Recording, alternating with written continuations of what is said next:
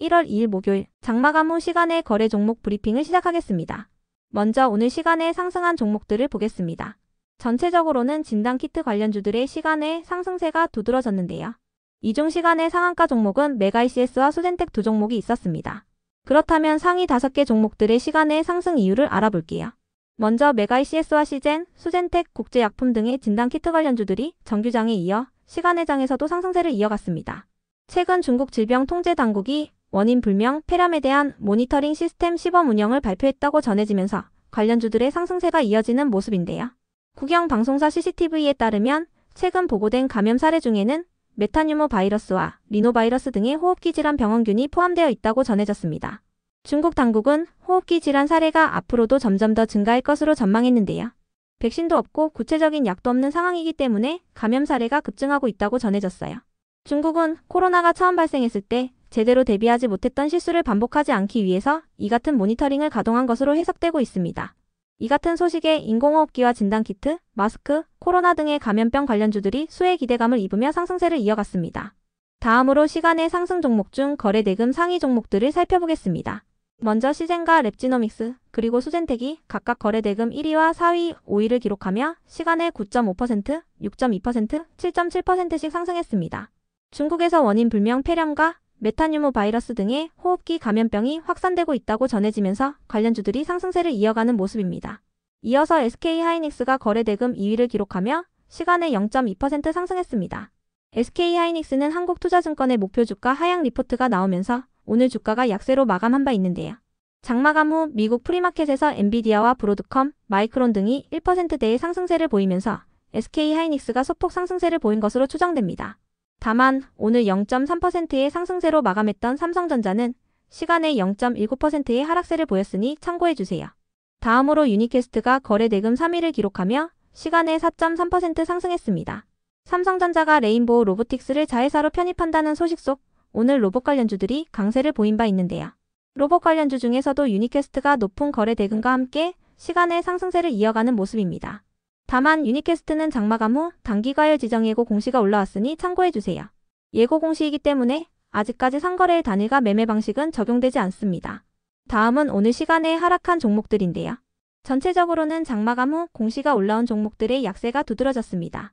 그렇다면 상위 5개 종목들의 시간의 하락 이유를 알아볼게요. 먼저 최근 양자암호 및 드론 관련주로 강세를 이어오던 파인텍이 하락했습니다.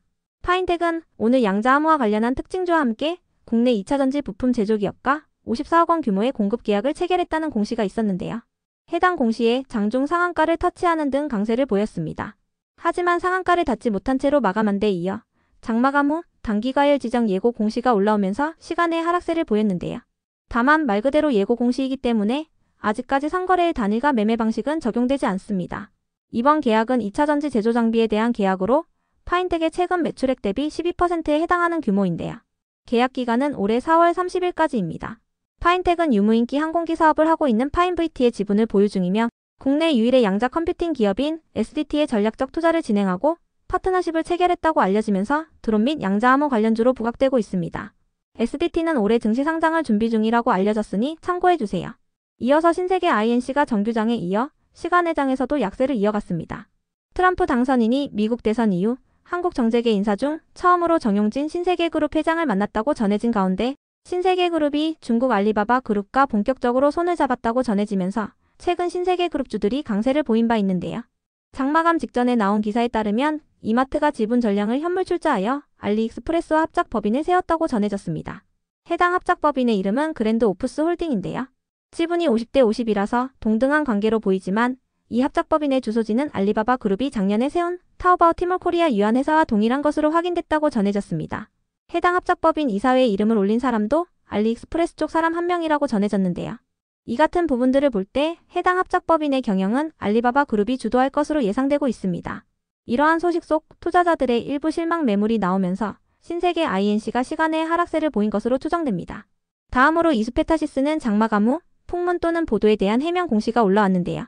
최근 금감원에서 이수페타시스의 유상증자에 대한 두 번째 제동을 건 가운데 제2호 인수를 포기하며 유상증자를 철회할 것이라는 기대감이 돌면서 이수페타시스가 강세를 보인 바 있습니다.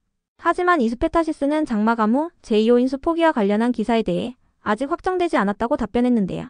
이 같은 답변에 시간에 일부 실망 매물이 나온 모습이었네요. 이어서 엑스게이트는 최근 양자암호 관련주로 부각되며 강세를 이어오던 종목인데요.